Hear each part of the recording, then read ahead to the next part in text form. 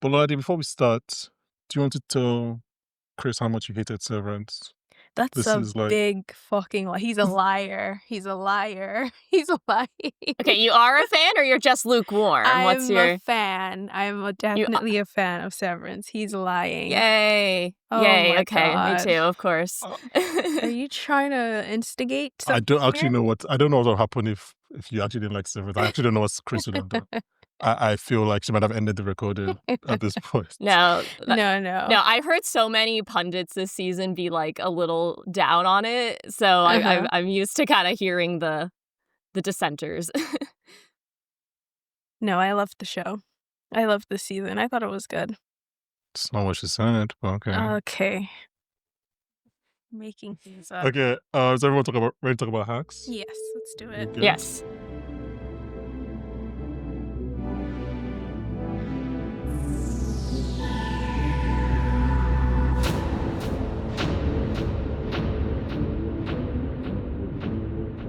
Hello and welcome back to the Popcorn for Dinner podcast. And welcome to Television City, where late night dreams are made. Today, we're discussing the 4th season of the excellent, charming, and tears-inducing Hacks. And guys, I couldn't talk about Hacks without being joined once again by my dedicated HR chaperone. It's Lolade. She's in the studio with me. She had to do a whole entrance. It was a whole thing. But that's not all. Because as you all know, women supporting women, that's where it's at. So joining us for her Popcorn for Dinner debut, she pleads the fifth on all boofing allegations. It's Cris. Welcome to the Hello. podcast. I'm so excited to be here. Thanks for having me. Thanks for being here. In truth, you're the HR chaperone. So what am I? You're Ava or Deborah, Fair enough. In and this I'm Deborah and dynamic, Ava. yes. Yeah, I and then agree. she's here to make sure we don't like. I agree. Bankole is very much a Deborah in this situation. What does that mean? I mean, thank you, but what does that mean? If you know, you know. He just acts like a Deborah in our friendship dynamic, so it makes sense. So like seasoned, a veteran, a good eye for comedy, a diva. Thank you. Bitter. Loved by the gays. Beta. Wow. All right, as Anyway. the Stacy, you gotta cut it out. How are you doing, Chris? What's your journey with hacks? Like So day one? Absolutely. I am proud to say that I was there day one when this dropped on HBO Max. I had been watching Mayor of Easttown at the time, and I loved Jean Mhm. Smart on it. So I just saw the ad for Hacks like on the platform, and Jean Smart looked fabulous. It said it was about two female comedians, and that's about all you gotta tell me to get me into a show like this. So I've been here What's your since. journey with hacks? Same. I was looking for a new show to start to binge, and I was like, might as well. And I think when I started watching it, it had 6 episodes, and it was fun. It was light. It was like 30 to 40 minutes, 2 women just being funny and like starting this relationship, and I really enjoyed it. I thought it was good. Haven't looked back since. Yes, girls, just TV addicts, the hacks from season 1. Yeah. Like, I don't even know how I got there, but it's probably Mel Instant as well, because that was like a Jean Smart heater. It was like Med and Watchmen. So I was probably just locked in for whatever she was doing. But then I also watched Paul Downs on Broad City. So that might have like been like, oh, go check that out. I can't remember. But yeah, also season 1 and everything. We're going to get into the entire season of hacks. There are awards that we're going to give out. It should be fun, right? Yeah. But before that, we're also going to just talk about our thoughts on the season and the finale. This is the first time we've been able to really talk about the show this season. But first things first, we need to pay the bills. So admin, if you're new to the podcast, thank you very much. Please subscribe, and follow whatever platform you're listening on. You can please rate us 5 stars, even if you don't like the podcast. Doesn't matter. It doesn't take anything from you. There is so much. If you're new to the podcast, we have episode by episode discussions of the entire season of Severance, White Lotus, The Last of Us, Yellow Jackets, Invincible. That's just this year alone. Yep. If you want to go back, there is the whole season of. We had 2 episodes per week of Industry, Yes. which includes a discussion with show creators Mickey and Conrad. Mhm. So yeah, we are planning for our first break. Our first real break that lasted more than 2 weeks since 2022. So hopefully we do it this time. So that will be hopefully over the summer. So over the next few weeks, we have some fun episodes, just covering some of the shows we've missed. Cris will hopefully be back in a few weeks for a very fun episode that I'm excited about. I think that's it. Yeah. There are movie podcasts, Sinners. episodes on the feed. Lolade and I talked about Sinners. Yep. And then hopefully there'll be a fun movie summer season. Summer. Yeah. Sound good to everybody? Sounds good. If Sounds you good. watch TV, there's something for you to enjoy here. Okay, let's talk about hacks. I want to start with this question. Immediately the season ended and the credits start to roll, what was your thought? What was your immediate thoughts, Cris? Well, I was reeling still from the fake out Deborah death. So I think I still had just a lot of shock in my body because I foolishly did kind of think they did it for a moment. So I felt very emotional, and I think those emotions really stuck with me after the episode. I think there is this sense of, Deborah is kind of seeing her legacy and how she, wants to end her reign. And I think there was this meta quality because kind of for the first time I was, realizing that we're going into the last season. And so there's this bit of this sadness knowing that we're kind of going into her final act. So I think this finale it was kind of meditative and dreamlike and had a little tinge of melancholy to it. And I almost think it was a fitting end to kind of bring us into what is probably the final season, though that's not confirmed. What were your thoughts? Yeah, similar thoughts. I think the episode ended and my first thought was, well, what the hell is going to happen now? Just like Chris said, I think one of the major themes this season definitely had to be legacy and what Deborah had envisioned for herself and what she thought was going to be like the grand finale of her career. I don't know. It was the beginning of the episode as well, like Deborah being very depressed and just being so sad at losing her dream essentially. She had gotten there, she had tasted it, and for it to all just come crashing down and how it was interpreted, the scenes, the music, I thought it was great. Um the Singapore whatever was happening in Singapore, I still think it's still part of that depression, right?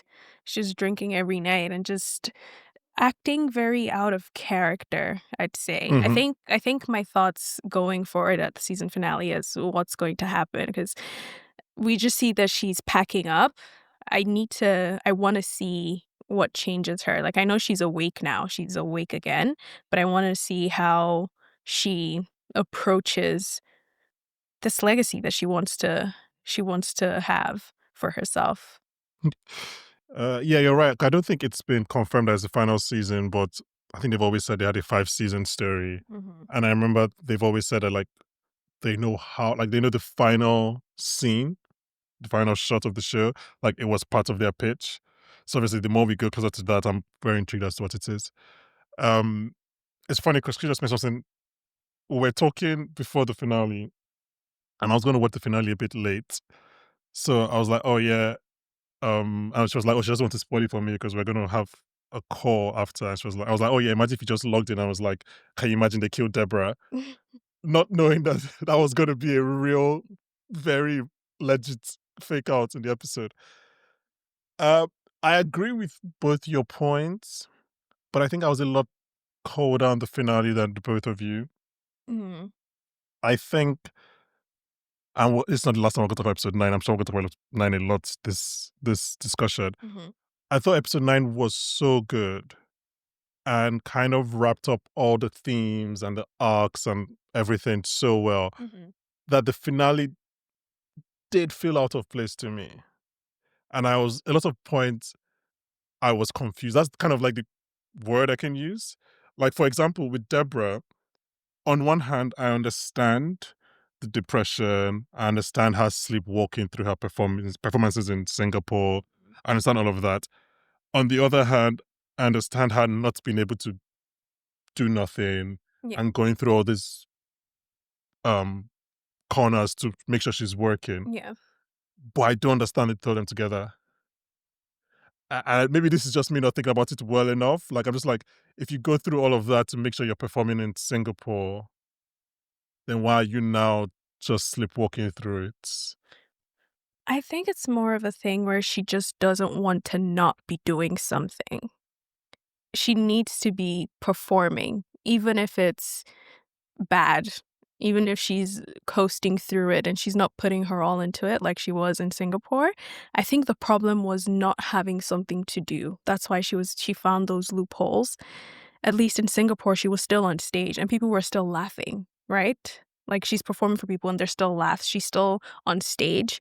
I think that's Mhm. the problem Hmm. for Deborah. Yeah, she's addicted to the laughs, and I think as much as this feels out of character, it feels in character for season 1 Deborah. She's kind of just Mhm. going back to these old patterns, and I think Yeah.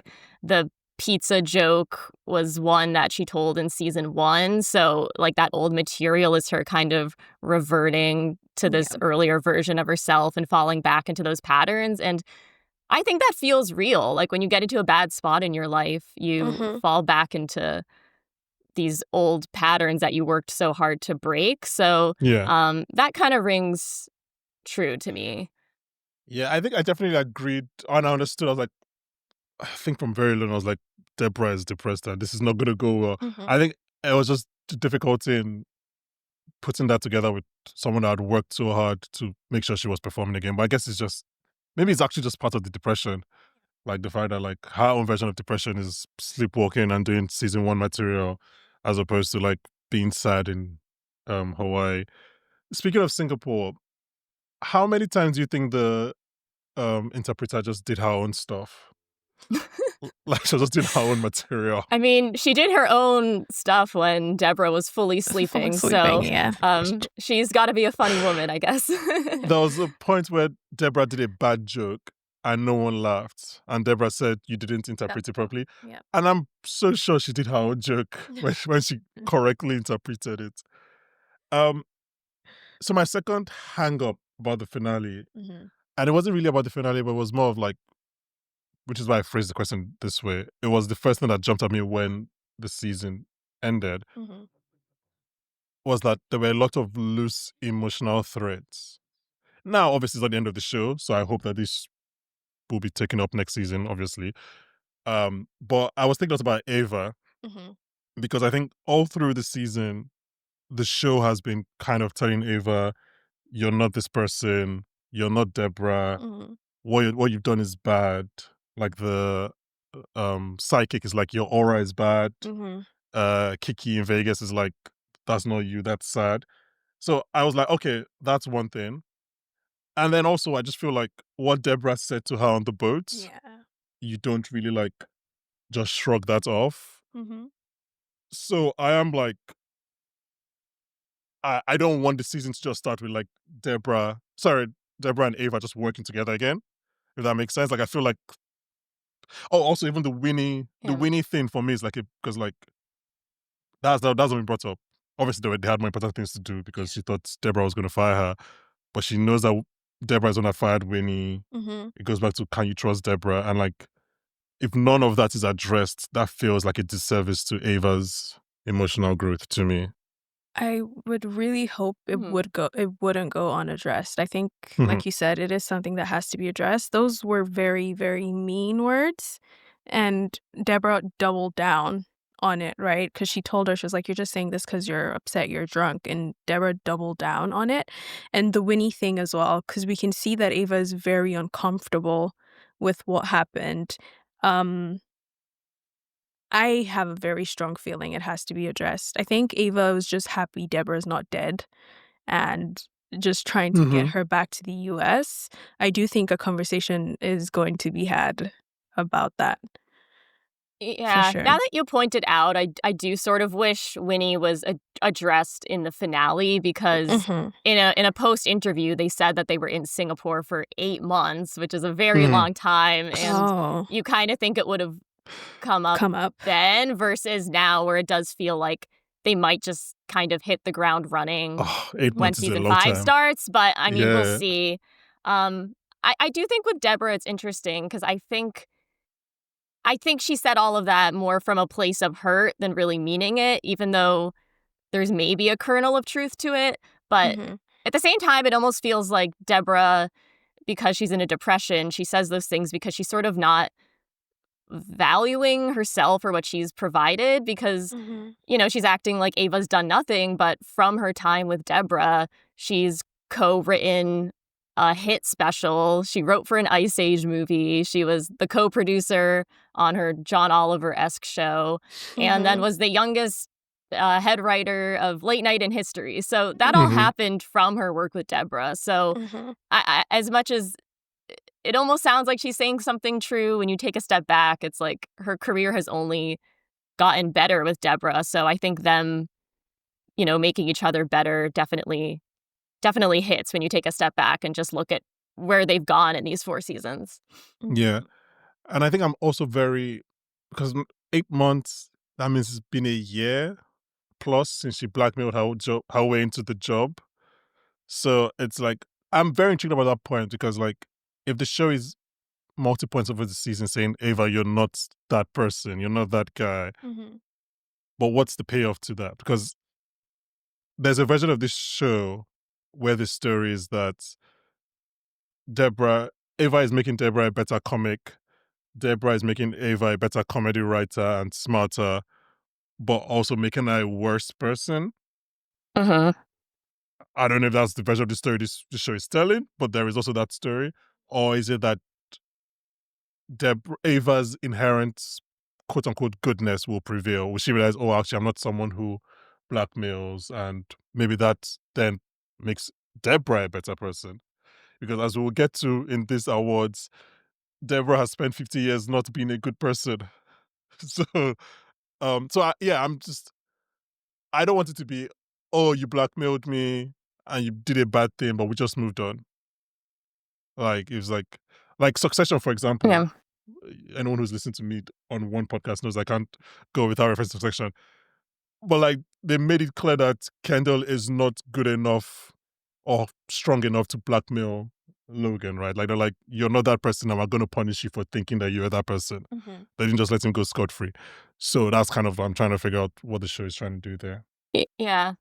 I think we went through it in a way. Like, I think the beginning of this season was showing that, you know, these shoes don't fit for Ava. I think she tried to be super aggressive with Deborah, Mm-hmm. especially in that first episode, like with the whole email moment, and she's goading her in public. And I think largely she had her crash out later because, her and Deborah weren't on the same page. And that just Yeah. made her go crazy because I don't think she likes being that person. So I Mhm. think they almost started doing that, but I do concede that I think this season was like a little more Deborah focused in terms of the character arcs versus season Mm-hmm. 3 felt season 3 had more of like a prominent Ava arc, so maybe that'll Mhm. balance out again for the final Yeah, season.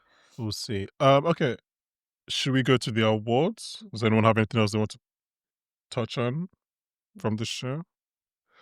I am No, I somehow think we just can. realizing that we don't have a category for best lines.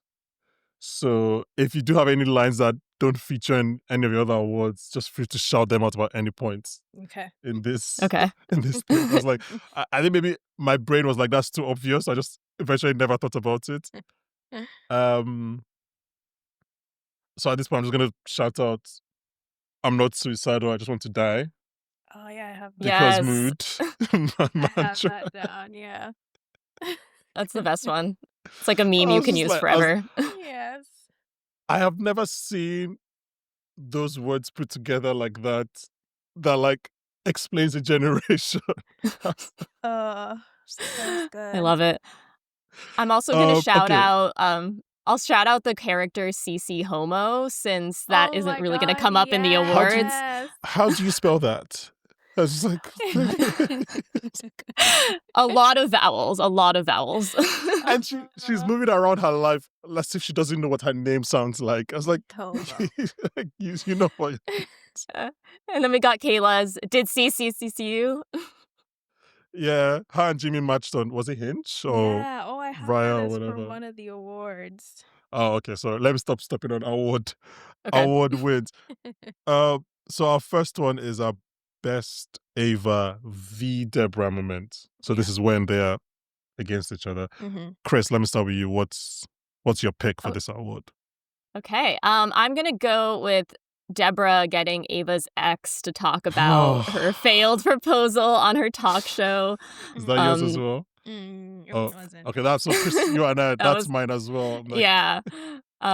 Yeah, proposing with the wolf girl ring is so embarrassing and Deborah just really rubs it in on stage. Right after the story, she's like, "No wonder she's an ex," and it's an X stares and right at looks Ava. straight at Yeah. Yeah, and she looks so hurt. It's almost like it's funny, but it's almost a little hard to watch because Hannah's performance is just so like vulnerable and you feel so bad for her. But yeah, that was a pretty brutal moment and like a good callback to something from the first season. So I had Yeah. forgotten all the details of that Or- proposal. Like I forgot that Ava found the ring and then used that ring to propose to Ruby. Yeah. So like listening to her say it back, I was like, oh my God, this is yeah. As Deborah doing that is honestly it's one of those things where I'm like, if she didn't risk her life to try and save Ava at the beach, like I don't know how you come back from that. I don't know how I forgive you for that. What's your pick for best moment? My pick would be the end of episode 5 when Ava's having dinner with her couple and Deborah comes in.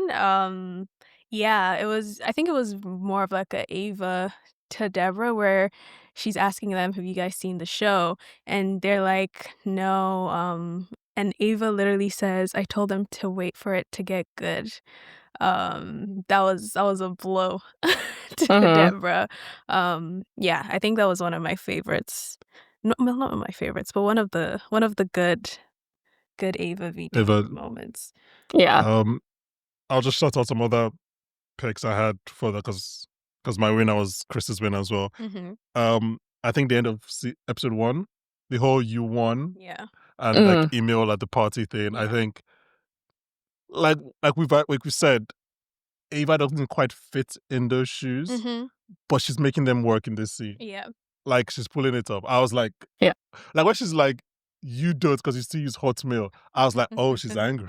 It's like this is yeah. I liked that version of Ava? Ava. Yeah. I think That scene's another electric. It was really good. I think another funny one is the sexual harassment workshop. Yes. They were going back and forth. It was like a tennis match. That was good. Like it went from sexual harassment questions to like financial crimes. Yes. Like, Yeah, insider trading, It's like- extortion, nude Yes. selfies. do you guys have any other picks for this category? Those are my 3 actually Yeah. that I had put down: sexual harassment training, the email, and wolf girl ring. I liked "I'm trying to make your life easier than kill yourself." That was yeah. That was crazy. That was Crazy. for her to say. Oh my God. Okay, so the next category is the best Ava and Deborah moment. So this is something more wholesome. I'll start with you, Lolade, this time. Okay, mine is kind of different, but I liked the New York Times photo shoot. I think there was a lot of emotion there and a lot of hurt where she's like, "You you broke my heart. And I think Ava said you broke mine first, and then they go to like their faces being smooshed together. Yeah, that was a scene for me. Yeah. I love this so much Yes. because I had it on my list, Yeah. but I thought it was too psychotic No. because I was like, isn't this more of Ava v. Deborah? No, So I yeah. removed it. It's crazy because I had it in Ava v. Deborah, and then I thought about it, and I was like, no, this is very No. much them Yeah. together. Like, you Yeah. broke mine first Yeah, is an insanely romantic line, it and is. it's so deep. I was It like, is. but then I was like, am I a psychopath for putting this here? I Like, guess I'm a psychopath then. Yeah. No, and they can only be real because they're not looking at each other. So it's like the Yes. most truthful we see them in the first episode, and it's Mhm. super well done. What's your pick, Chris? I mean, I'm torn between a few, but I'm going to go with the end of episode 4 and go with when Deborah gets through her panic attack on stage during her first taping and looks Okay, at yeah. Ava in the audience Yes. to Yeah. calm her down, because that comes from the moment with Jean Smart and Carol Burnett when she tells Deborah to get over stage fright, I would choose one Mhm. person in the audience and do the show just for them. And you have this feeling it's going to come up again, and it's so well done when it comes up. I immediately burst into tears Yes. because she starts to stutter on her joke, and then the camera turns around and it's just Ava in the just Ava. audience, and there's like Mhm. almost a spotlight on her, and it's so, I don't know, it's so beautiful, and it just shows their connection. It So I was. loved that moment. Yeah, no, I cried too because it panned to Ava, and Ava's like smiling at her, like encouraging, right? And she Mhm. just gets through the whole set. Yeah, no, that was my number 2 on my list. It Yeah. was so beautiful. I mean, I agree with both of you. I quite surprised by your picks. Like, I guess this was a very Ava and Deborah heavy season because I did think you guys were going to be later in the season, which we'll talk about in a second. Yeah. But mine is the beach, the entire beach sequence. That's it for me. Mhm. And I was thinking about it, and I think because I was comparing it to episode 9, and I think sequences where, like, how do I put it? Someone is trying to mend a fence Mhm. and going through these extremes to like show that they're sorry Mhm. hits me more than like what she does in episode 9, because I don't know how to put it. Like, I think I'm more important. No, let me put it. I'm more interested in you proving your love to me than like showing it outwardly. I don't know if that makes sense. So if you're comparing the beach to 9, Yeah. the beach is just the two of them. Okay. And that's a lot more emotional to me than you like burning your career, which again is still quite emotional. I'm not downplaying it, but like Mhm. if you're comparing them, because I was like, why do I prefer Beach to episode 9? Yeah. And I was like, oh, because like this is her telling Ava sorry, Yeah. as opposed to like saying to the world like I support Ava. Does that make sense? It does. Is that Yeah. I Mm, It's think more intimate. Yeah. Yeah, Yeah. the beach is solely about Ava too, and Mhm. 9 is about Ava, but it is also about that larger conversation about like art versus commerce. So that's, and morals I and all think that it's stuff? Yeah. great that 9 has those two things wrapped up together, but I could Mhm. understand why you prefer 6 just because Yeah. it's only about Ava, and she ran into the freezing ocean and ruined her Yeah. second Yeah. favorite I fur mean- for her. I was gonna say, I think that's why I really like that scene, because it shows you how close these two women really are. Because Deborah knows how Ava would kill herself. Because Ava is like, and if I was gonna do it, I would blah, blah, blah. And Deborah finishes the sentence for her. wearing a suicide vest on What Will Happens Land. Yeah. Yes, Yeah. yes. Like- insanely specific, but okay. And she knows it. Like, she knows it by heart. And Yeah. Ava knowing that that's her second favorite fur. It's just random facts that you wouldn't know unless this is someone you really, really like adore in your Mhm. life, you hold Yeah. close. Speaking of random facts, what's Ava's deal with water? Because we know she doesn't drink water. But I just realized that Deborah says, Ava, you can't swim in that scene. Yeah. So it's just like, what is she? Why Yeah, does she's she water hate repellent. She's I always, when I turned out to do the urine test, she's like, well, I hate water. Yeah. So obviously give me Monster. Yeah.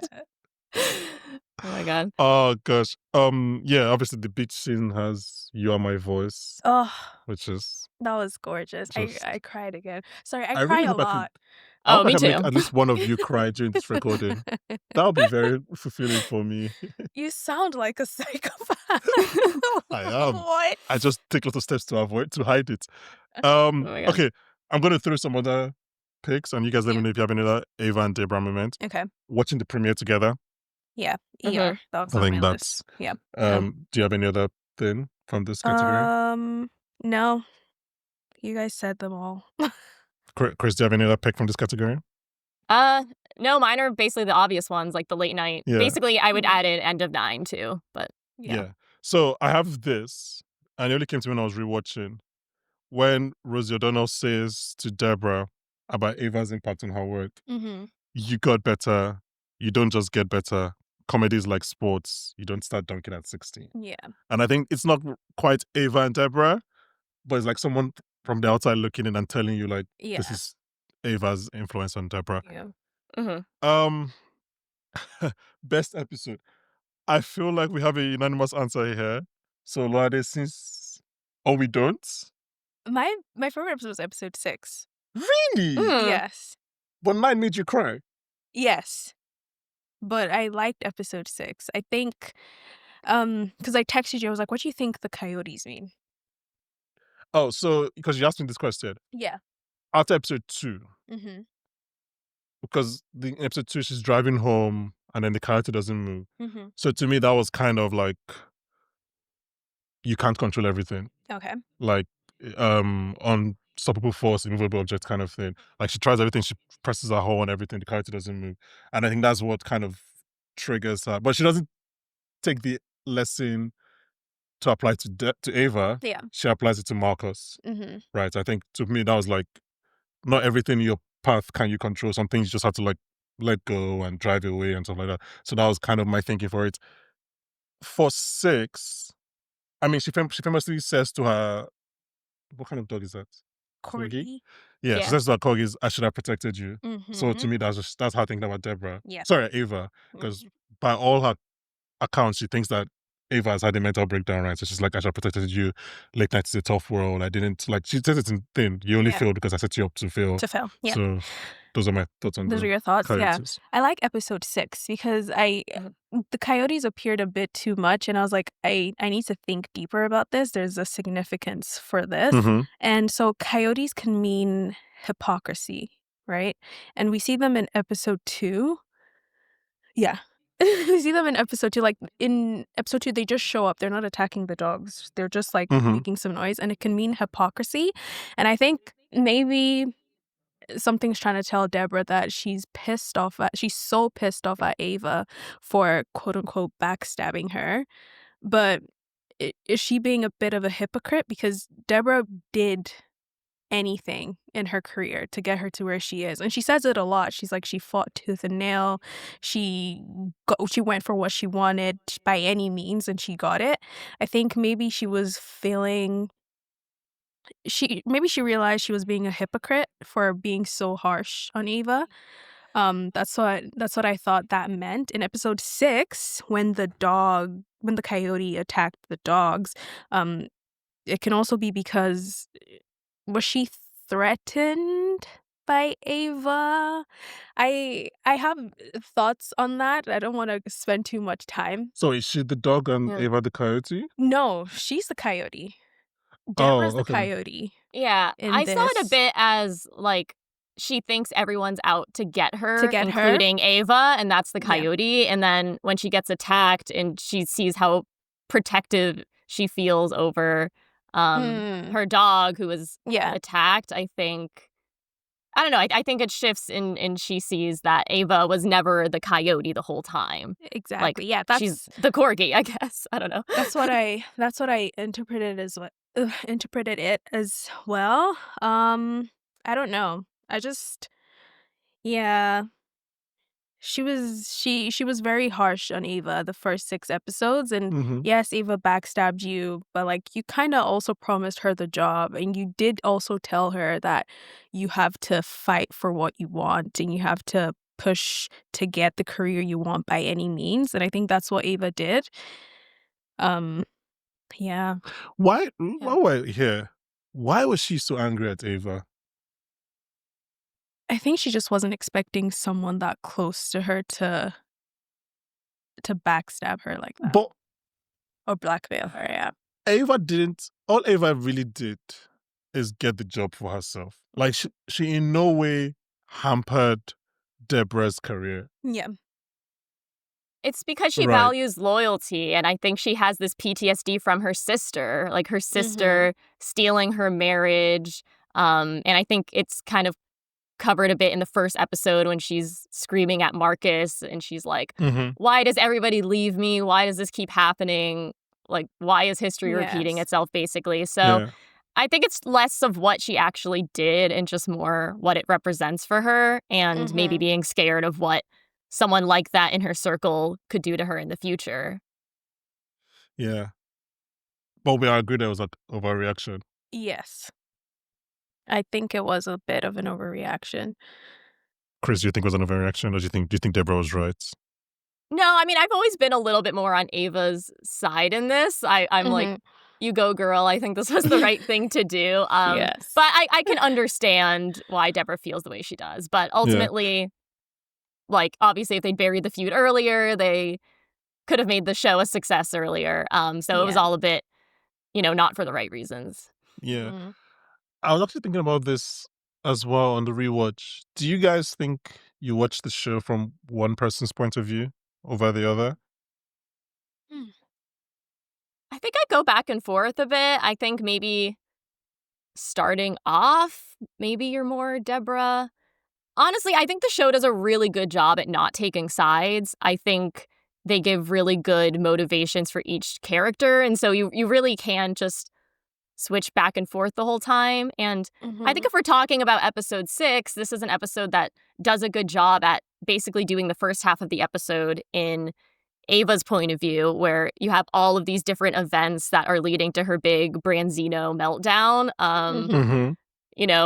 Deborah cutting her desk bit, the proposal thing on TV, she gets dumped by her exes. But then once Ava screams and drives off the studio lot, we switch into Deborah's point of view, and we don't know what happened to Ava. And so that ups the nervousness we have as Deborah's searching for her around town, because now we're not in Ava's POV. So I think that episode is probably a good example of the way they can use the different POVs to, up the feelings of the episode.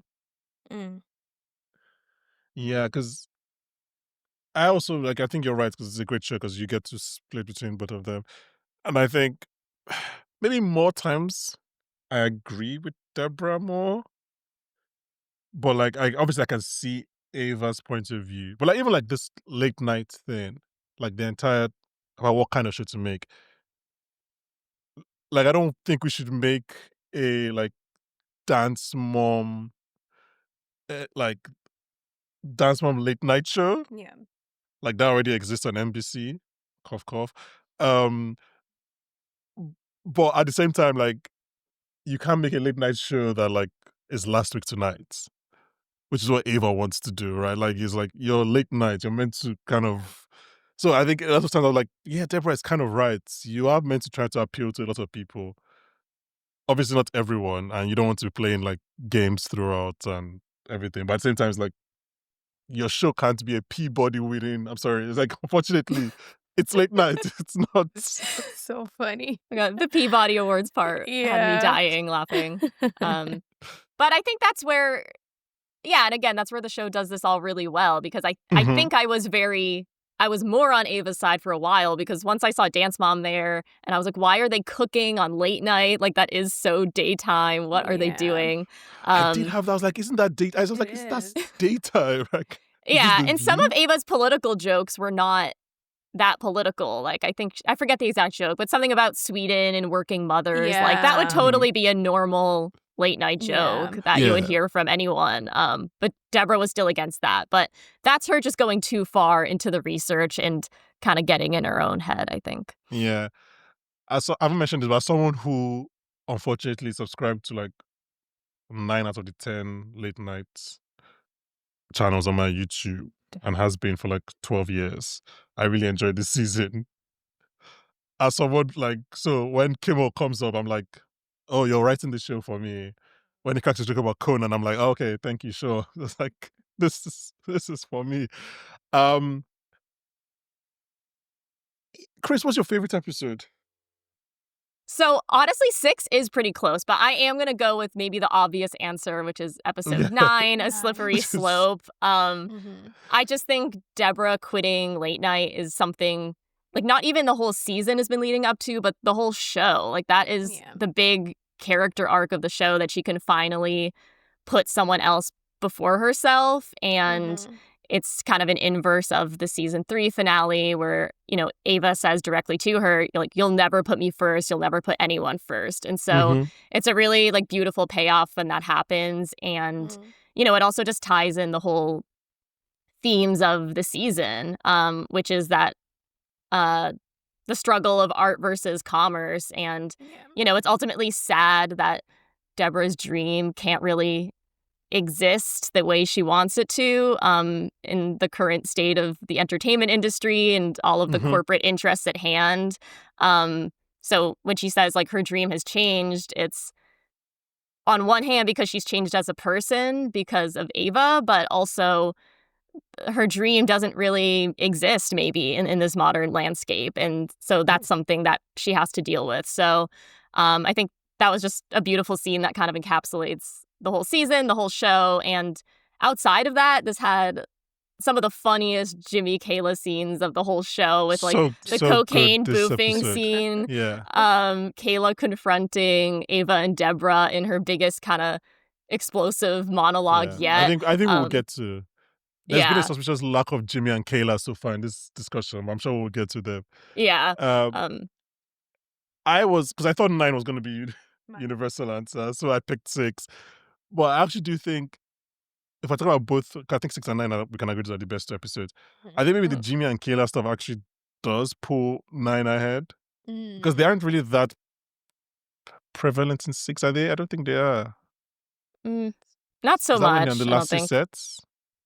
No, I think that's before then. Mm. So anyway, but yeah, so I wasn't really, but yeah, 6 is really good. It is. Like, you might lose it because of 9, but 6 is really, like, the whole Ruby thing, Ava's new makeover, Yep. her crash outs, like Deborah versus the Coyote. It's a really well directed. I remember watching, I was like, this is very well directed. Yes. Like, the episodes and usually are well directed, but I was like, this Mhm. feels different. that was a Paul Um, episode. I was really mhm. impressed because I liked like the classical music montage when she's, running to get new jokes from the writers, and they show her like Severance running through the hallways. Yeah. Like that was a great sequence. Yeah, and even just the sequence when Deborah comes into the house and you start to feel like something ominous is about to happen. Yeah. Like, where is the dog? And then it just stays on the security cam. Yeah. Season MVP. Should I go first? I'm scared Go you're for gonna it. steal mine. Go for it. My season MVP is Hannah Einbinder. I think she was incredible this season. Who plays? Ava, sorry. Okay. I just realized that not everybody has. Yeah. I apologize. It's so good. Yes. I do think, and this is a different discussion for a different podcast, but I hopefully we finally get her that Emmy. But I do think this has always been good, but there's something different. Her physical comedy is Yeah. ridiculous. Her line readings are insane. Like, the choices she makes are only like second to like Caitlin Olsen, who plays Deborah's daughter. Like, some of the things, the way she says some things, and like when she does the makeover and she pops into Ruby's dressing room, I was just like, "Where's my hug?" It's Where's my hug? 10 actresses, none of them will give you that line reading that way. Like, it's, no. I think, and like, obviously, like, I've maybe have to go back and rewatch the previous season, but I think she's always been at the very least competent with the dramatic stuff. But like, it's just so much better now. It's like, you buy everything, you believe this relationship. I really do think, like, look, Jean Smart is Jean Smart, but like, I do really think that Hannah Bender is just really good. Sure. Like, Yeah. So I was really just, really impressed with her. Who was your MVP? You don't laugh at me, guys, but I really enjoyed Stacy from HR. How can I not laugh? I thought she was great. I really, really liked the performance. She's very eclectic. She's cuckoo Mhm. is the word I'm looking for. It also makes sense that she's into Gucci Mane for some reason. It It does? it fits, yeah. Like, it's always the people you least expect it from. I really enjoyed the performance. I think it was nice, like, especially when with the Ava and Deborah feud. It was just nice to have this awkward Mm-hmm. person who clearly does not want to be there and who's just so confused, and her job is to babysit these two grown women and have a volume jar and basically go with them everywhere. Yeah, I don't know. I liked it. Yeah. The I volume jar has like $4,000 in it, right? Yeah. We're gonna come to Stacey in a second. Chris, what's your pick for MVP? So, like, my more serious answer would be Jean Smart because, I mean, you don't think she can get better. And Mm-hmm. somehow, like, the scene when she's crying over the coyote and Yeah. the scene where she's quitting, like, actually made me sit back and gasp and go, oh my God, Jean Smart, what the hell? Yeah. But I'm gonna go with Dance Mom because I think she was a moment. Like, I think it's crazy to me that she was only in 3 Oh. episodes because she feels kind of more prominent in this season. Yeah. And I think even if you kind of hated her, she sticks in your mind. And I think by the time we Oh. get to the boofing cocaine scene, Yeah. like everyone's opinions changed because that was just the best scene and the payoff was so worth it. But I just think Julia Nicholson, I don't know who thought of that. It is the most random casting choice, but she's so great. And I think her It's playing this with so much sincerity made it Mhm. funnier. Like, there was not a joke or a hint of irony in any of her line Mhm. readings. Like, she was Dance Mom. She was Mother of Dance. And the dances are her children. And she made you know that. Her children. um, Okay, so 2 things. I'm gonna pull up one of our other categories because it ties to Dance Mom. But I think we're kind of at the halfway point. Mhm. So actually, before that, let me give you my 2 other picks for MVP. Yeah. One of Okay. them was Jimmy, because I talk about the man, Mm. right? In Ugh. the female comedy. Wow. Right. Look at me. I guess. Look at me doing that, setting back the movement decades. But we'll talk about Jimmy more in a second. Mhm. My third, and I guess this is where you query about my mind, my third MVP are like Ava's couple friends. Mm. I will say Oh. nothing more about that, but just Mm. the MVPs. There's a category that neither of you knew about. Oh. You have no picks, but the category was the honorary award, Okay. the person most affected by Deborah and Ava's antics. I didn't know that Stacey from HR was going to be getting an award this Yeah. night, so I guess she gets 2 awards Yeah. because unfortunately nobody can beat her in this category. Her dog lost 15 pounds. She fell in front of a studio audience. Yep. She had to go to the facility Yeah. in Costa Rica where they aren't even allowed shoelaces. Jesus. Yeah, she Oh was my the gosh. MVP for real. Oh god, yeah. So that's the honorary award. Jimmy was a close second, but we'll get to Jimmy. Weirdest Jimmy and Kayla moment. While you guys are thinking of your answers, I would say that I have never been 100% on Kayla, like across the 3 seasons of the show. Mm. Like, I've always been more positive than negative. Okay. I thought she was incredible this season. Yeah. Mhm. There was not one false note. Yeah. Maybe that's because in 3 episodes of the season, she was against Dance Mom, who was just noticeably crazier. But like, she was competent. She made sense. She went half beast when she needed to go half beast. Yeah. I was just like, And this was the most I ever like believed in Jimmy and Kayla relationship. Like every other Mhm. time, like, Jimmy, what are you doing? Cut ties with this. This is causing you more harm than it's giving you anything. But this season, I was like the way they just casually say "love you" to each other. Yeah. I was Yeah, like, oh, these guys that's are cute. actually like, yeah, like even at the end when Jimmy's like, are we a couple? Are we a couple? We're not a couple. No, we're not. Like it's just like he had to confirm to himself. So I think this was like Yeah. so I made the category, then I rewatched. I was like, oh, there aren't that many weird Kayla moments. Because normally you think there are a lot. I was like, there are not that many this season. Yeah. They're very So, subtle. mhm. Very. I have a So Chris, yeah, go ahead. Who What's are your we pick? starting? Yeah, my weirdest Kayla moment is the lore we found out that she killed a dolphin at SeaWorld by shoving a muffin in its blowhole Yeah. at her Super I- Sweet 16. That is Yeah. the craziest thing I've ever heard. I had My that in jaw different just kind category, of but dropped to the ground. And I was like, is PETA gonna come after them for this?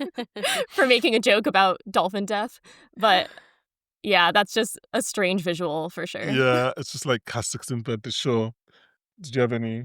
Um, not really. I mean, I thought the Lenny Kravitz video at Bob Lipka's party where Jimmy is like, you need to stop telling that Well, story. she wasn't showing the video. She was just telling No, the she was story. telling the story. She was Yeah. telling the story. Yeah, I had like the whole dog and baby thing Oh, yeah, I was have that quite one. weird. Yeah. Like it's kind of like what are you He doing? cornered old ladies and lesbian writers. And then I also just had like giving Ava a mall apartment, which although the logic made sense, it's just not what a grown adult should be doing. Yes. It's Yeah. um, and then I guess let's go to the best Jimmy and Kayla moment. Mm. I have in my notes because this is gonna be my winner. Is this where we talk about Dance Mom? But I didn't know what I've been talking about her by this point. Yeah. Because I guess the boofing scene is the best Jimmy and Kayla. It Yeah. is. I don't know if it's the best scene, but it's the best Jimmy and Kayla moment. I do think. Mhm. Yeah. It's hilarious. It's like when she's like, I can't remember what he says. It's like she asks him to do bigger lines. And he says something. What's that? She's like, go to Yeah. one party, Jimmy. Yeah, gator tails, gator tails. Gator Yeah. It's like, what is that? Go to one party. I remember earlier at the Lassie set, Jimmy's like, I've been covering for you all day. And she's like, some Yeah. people are doctors. Yes. Like it's not that serious. Oh my god. And Um, Jimmy's just whispering, this is so fucked up. This is so fucked up. While he's like cutting the lines, just has he me was crying, so laughing. scarred. He was so scarred. Julia Nicholson. I think when she first came up as Dance Mom, I'm surprised that people don't like her because that's insane. People don't like good things. Even when she was still low key, you didn't like her. No, I thought she was annoying. But like, I thought she was annoying, and I thought she was a horrible, well, not horrible Alberta representation, but I don't know. I just thought she was annoying. Like, who is this lady? I thought it was so spot on the kind of person that you would see on Ellen Yes. Mhm. 7 years Yes. ago. Yes. And it made so much sense. Yeah. And even just that her first, when we thought that was who she was, Mhm. like I was like, oh, I'm on board. Yeah. I didn't think she was coming back.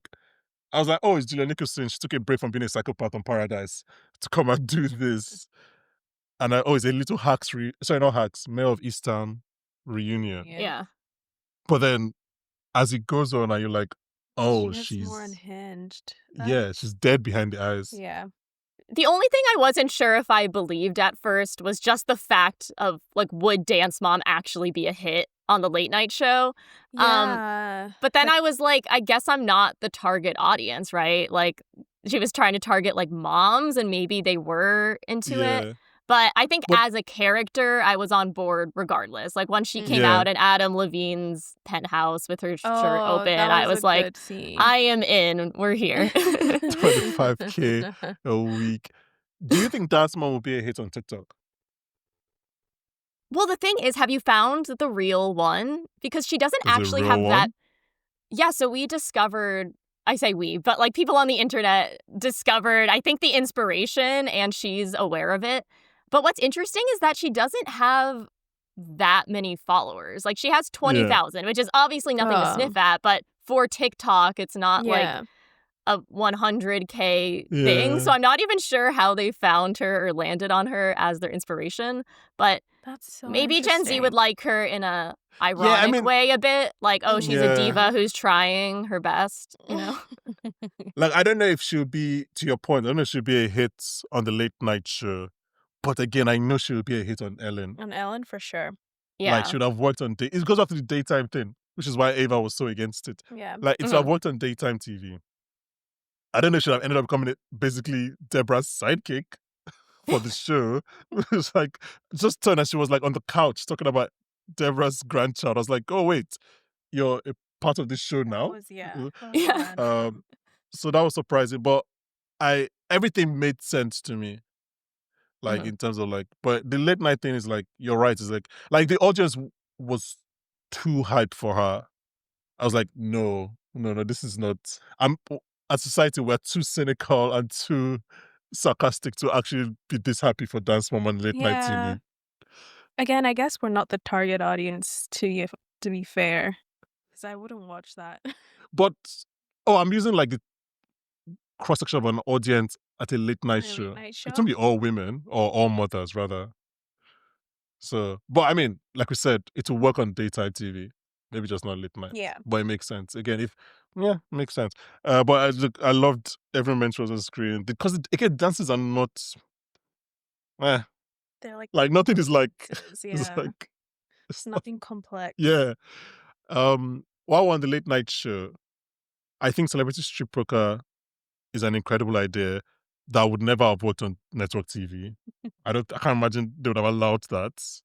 But I also do think just having Seth Rogen and Kaya Gerber there was great. Because I think that was a week after or the same week as the Golden Globes episode. Yeah, it was like the week after, I think. Yeah, so the whole Hacks team and then Gene Smart as well were at the Golden Globes episode. So that was a nice little like synergy for all the famous people I like. Yeah. So I have other picks for best Jimmy and Kayla moments. I have, which I do think is actually the best scene, for being serious.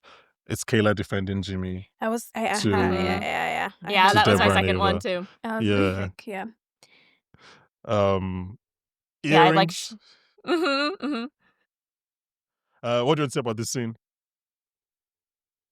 Yeah, I just think we've never seen her get that passionate before, and I heard Meg talk in an interview about how she was almost nervous because, you know, she doesn't really have a lot of like one-on-one scenes because Jimmy's always by her side. So there was like a little bit of stuttering, and that actually like really made a lot of sense for the character. But I just loved seeing her get so passionate. I liked the line, he almost blew cocaine up a certain dance mom's ass. I'm not going to mention names.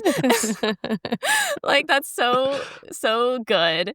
She's like, he almost boofed it for you, and you never boof it for anyone. So it's just incredible. There's so many like one-liners just in this long monologue, but I think that was maybe one of her best performances on the show. She was fantastic. Yeah. Sure. I love when she like mimics Ava, yes. Yeah.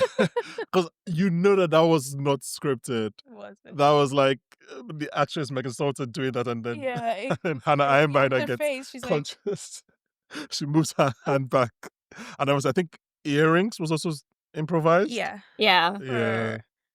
Anything that you want to say on this scene? No. You guys already said it all. I really enjoyed it, and I specifically liked the stuttering because it felt very real. That's something that would happen if you're telling your clients off. Yeah, your bosses. You're sort of telling your bosses off, and you're stuttering a little. You're anxious. You're nervous, but you're also really upset and trying to defend like your best friend, sort of. Yeah, I thought it was good. Yeah, I like that they kept that in. Yeah. Yeah. Also, her and Jimmy shared the same maid. Do you think she wouldn't get keys made? That part was good.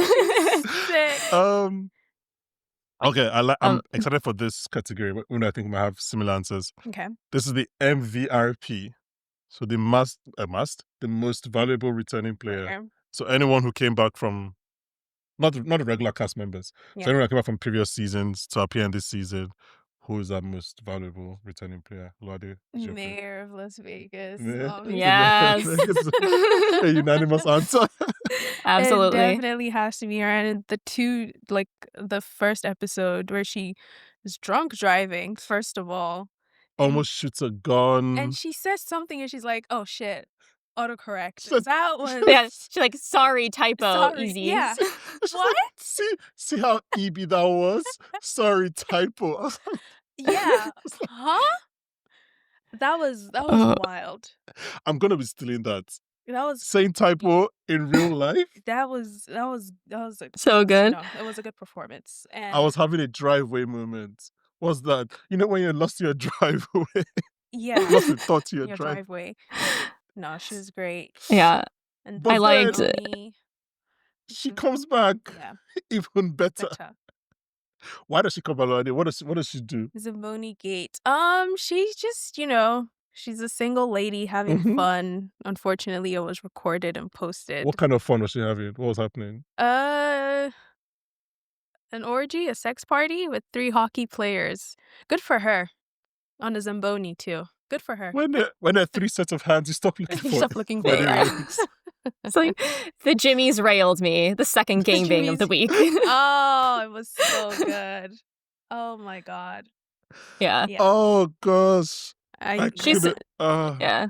She's so It was funny, really and good. I did like to take a more heartfelt angle too. I do think it was nice the way they brought her on the show, and they kind of showed how like letting someone speak for themselves can often be funnier Yes. than all of the kind of mean punching down jokes, Mhm. because all of the jokes they made when she was on the late night show made me laugh more than any of the ones that her writers came up with before that were more Yeah. like punching down. Yeah. I thought it was brilliant. You're like, oh wow, this is an amazing Mm-hmm. way you can let someone speak for themselves, and it actually gets more laughs. And you see her grow into the appearance. Obviously, we knew she was anxious and everything, and she goes into it. And then when she starts talking about Vegas, and at the end, when she like looks at Ava and like mouths "thank you," Mm-hmm. or like you're Yeah. like, oh, that's like, because again, what did she do? She didn't break any laws. She didn't cheat. Yeah. She's just, yeah. So was it's good. like, Yeah. I mean, She's we've mayor seen of Sin politicians do City. way worse. She's Yeah. the mayor of Sin City. Okay, so I had a feeling we'll all agree on that. So I had a second pick, and I was waiting for this character to return. Who? DJ. DJ. I had a feeling it was DJ. Just, Love DJ. I was genuinely like, I was like, when is DJ episode gonna happen? Yeah. Like, she's like, oh, I'm not gonna breastfeed. I can't take out the rings. Rings. It's just, Excellent choice. Yeah. and then she's doing church fraud.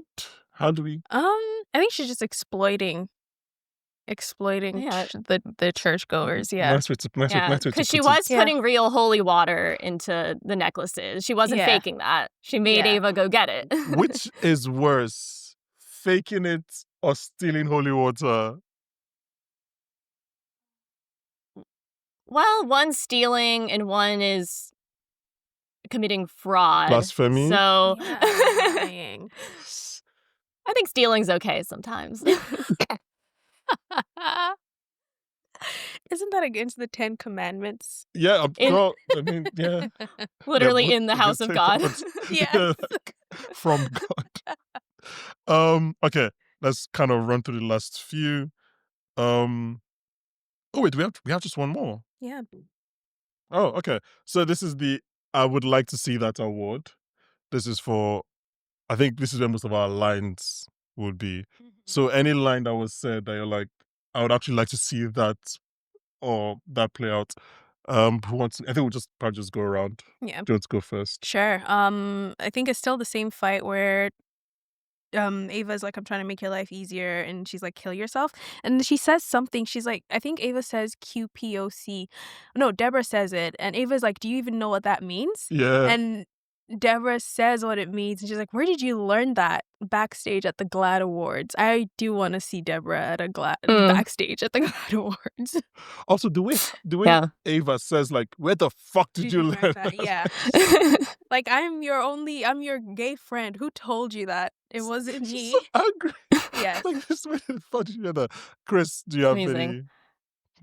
I'm torn between a few, but I'm going to go with Dance Mom flashing everybody on the Harry Potter ride at Universal. I feel like in an old style version of Hacks, it would just kind of do like a photo frame of that moment with everyone just looking horrified next to her and like one guy being a little too into it. And then we'd flash back. So yeah, I'm always here for more Dance Mom just going crazy, gone wild. Would you like to see Dance Mom and Adam Levine's texts? I would actually. Yes. I think we have a record that he texts weirdly. Is that the safest way to say it? Mm. I think his texts have been leaked before, right? I So think they have, yes. Gosh, this show. My first one is Deborah versus the Catholic Church. Like the entire institution of the Catholic Church. Yeah. Mark Wahlberg still sends me a rosary every year as a threat. Yeah. And then this is Deborah to... No, it wasn't Ava, it was DJ. You're threatening me. You sound like Pope John Paul II. What did she do to the Catholic Church? It can't just be one joke. Oh my God. That episode was crazy with the priest jokes. There was so many good ones. And I liked Deborah in the audience, like, this priest has no stage presence at all. What a snooze fest. I like when DJ, I think when she sent Ava to get the holy water, she's like, they're really strict about stuff. Well, some stuff. Yeah. It's like, no, it was a good episode. Does anyone have any other lines? Because I have quite a few. I want to see the origination of the volume jar. Like, how did Stacy bring it up? How did they get to $4,000? Like, what time frame did that have to be in to get $4,000? Also, I would like to see Jimmy's reaction to matching with Cece homo on Hinge. Like the process of it. Because after that phone call, he's like, so do you want to grab dinner? And she hung up. But they're going to have dinner, right? She hung up. Wait. I don't know. Yeah, but like they matched. Wait, on Hinge, Yeah. you both had to like each other to match, right? Yeah. Yeah, so she's interested. I would like to. Cris, do you want to drop the law that we found out about Jimmy through Paul W. Downs in an interview? What's the law? Wait, I'm not sure which bit of law you're referring to, so you take it. Is there a lot of law? I think... Didn't Paul say about Jimmy being like, basically have a lot of girlfriends? Wait, I need to find this interview. We'll continue going. This is great podcast as I Google something. Yeah, no, it's okay. I could throw one out, which is just Stacy eating a banana with the peel on, like corn on the cob. Yeah. Ava just randomly throws that at the end of episode 6, and I'm like, I just can't believe that. Does that I have look to feel like Ava was lying. Like, how do you even get your teeth into that? Why do you do that? Stacy is so weird. So I have one when Jimmy's telling Ava that he shouldn't have blackmailed Deborah. Once, this is she being Deborah, once she had someone removed from an organ transplant list. The woman lived, but it was a miracle. I would like to see that play out. I'd like to see what happened there. How did Deborah get someone off the list? Who did she call? Another one is when Kiki was talking about how you can't go band for band with Deborah. Yeah. And she's like, Deborah didn't stop Tiffany from getting deported. It was like, again, Deborah, who do you know? Yes. My last one was Kayla killing a dolphin at 16, which we've already mentioned. I would like to see that. Yeah, I'd also like to know why Deborah was sued by the Make-A-Wish Foundation. Like, what do you have to do to piss them off? Yes. Like, maybe get someone off the organ transplant list. Like, maybe that's why. Possibly. Maybe. I think we've got all 3 categories. Yeah. Is there anything about Hack Season 4 that we haven't mentioned? Oh, I did want to bring up, because we talked about our returning players. I did just want to give a shout out to Winnie Lindell. I love Helen Hunt, and I think she was a great character. And I think everything she says is so funny because it's so dry and she's so 100% serious. Like, I like when she comes in and she's like, sorry, I'm late. I was trying to bond with my kid. Doctor's orders. And it's just so Yeah. deadpanned. It makes me laugh. I really liked Helen Hunt in this role. Yeah. Like, I really liked Winnie Lindell in this role. And I do think, like the whole asking for your spin-off was very, like, as someone who watches late nights, Mm-hmm. I was like, oh, I understand it. I hate it, but I understand it. Like, that's why, like, Jimmy Fallon has a new game every week. But it must be so exhausting. Having to do all Like, that. yeah. I found the law, by the way. What is it? Yes. Don't even ask me how I Googled this to find it. But it was in the interview with Susie Essman, Mm-hmm. where she asks him for a secret about Jimmy, and then Paul W. Downs, again, these are his words, not mine. A secret about Jimmy, he's really well endowed. People don't know that. Sorry? Oh my gosh. Okay, that's an interesting choice for a secret. I mean, Kayla I was love like, him so much. Jimmy could be walking around town with a lot of women. Yeah, she So- did. She did. And we do know that she But saw him have a not. rugby fail. Yeah, Yeah. So Cece has to watch out if she dates she Jimmy next does. season because Yeah. Kayla might kill her, seriously. She's killed one living creature so far. So that we know of, yeah, it could be more. I did want to shout out their assistant. Robbie I do want to talk about. Hoffman. Yes. Yeah. So, for anyone who, if you liked Robbie Hoffman's performance on this show, Yeah. please just go watch John Mulaney's late night show on Netflix. Okay. I can't remember the episode number. I'll look it up before this podcast is done. Mm-hmm. Robbie Hoffman appears, and they go on like a 10-minute heater where they are just.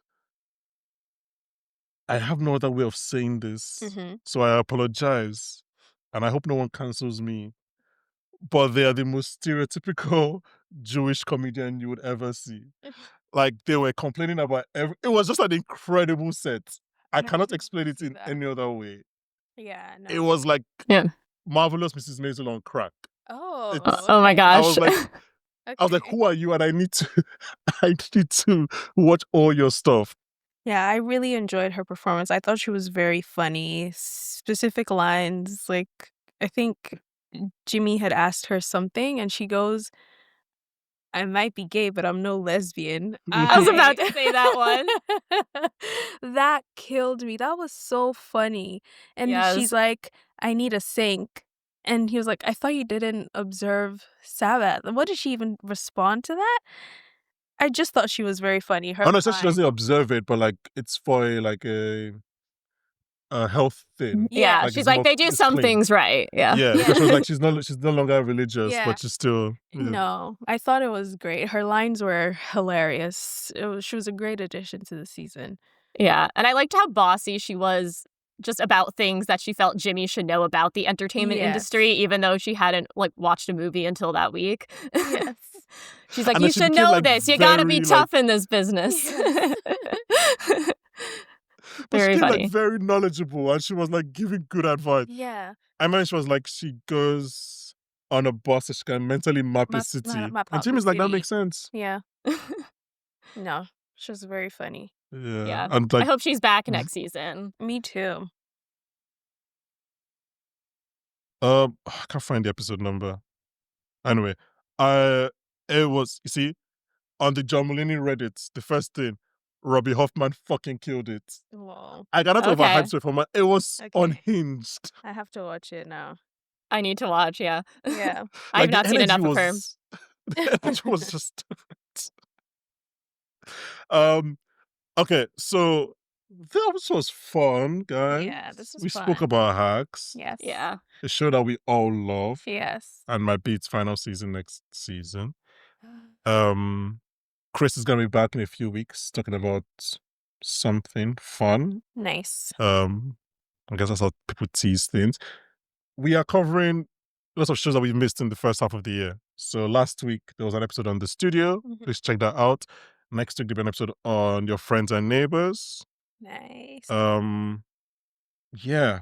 there's just a bunch of stuff. Like I said, you can go listen to us talk about Severance, The Last of Us, Yellow Jackets, Invincible, White Lotus, Yeah. which Lolade and I did, which was we included some unhinged episodes A because lot of you guys unhinged watched the show. episodes. What? I said a lot of unhinged episodes. Yeah. And then obviously if you want to go back, Industry, House of the Dragon, Mm. insert show here, we probably covered it. We are nothing if not consistent. We cannot vouch for the quality, but we can vouch there's at least something there that you can play in your ears. Quality's Um, good too, guys. Okay. Oh, you can say that. Chris, how was your experience on Pokemon for dinner? I How had so quickly much did you fun. reject? Okay, Okay. that's good. I thought you regretted it. No, so much fun. It is fun to talk about hacks with other real fans that, know all the lines, all the lore. It's a Yeah. great time. So Do you want to go through your notes, make sure you haven't missed anything? I'm not talking about hacks again until next season. Sure. I think we actually covered it all. We did. We did cover it all. Efficient podcasting. Yeah. Okay. Guys, thank you very much for listening. Chris, thank you very much for being here. I'll see you again in a few weeks. Lolade, go rest. Yes. You put in your work this first half of the Put in year. my shift, yes. Yeah, your paycheck is in the mail. I thank you. I appreciate that.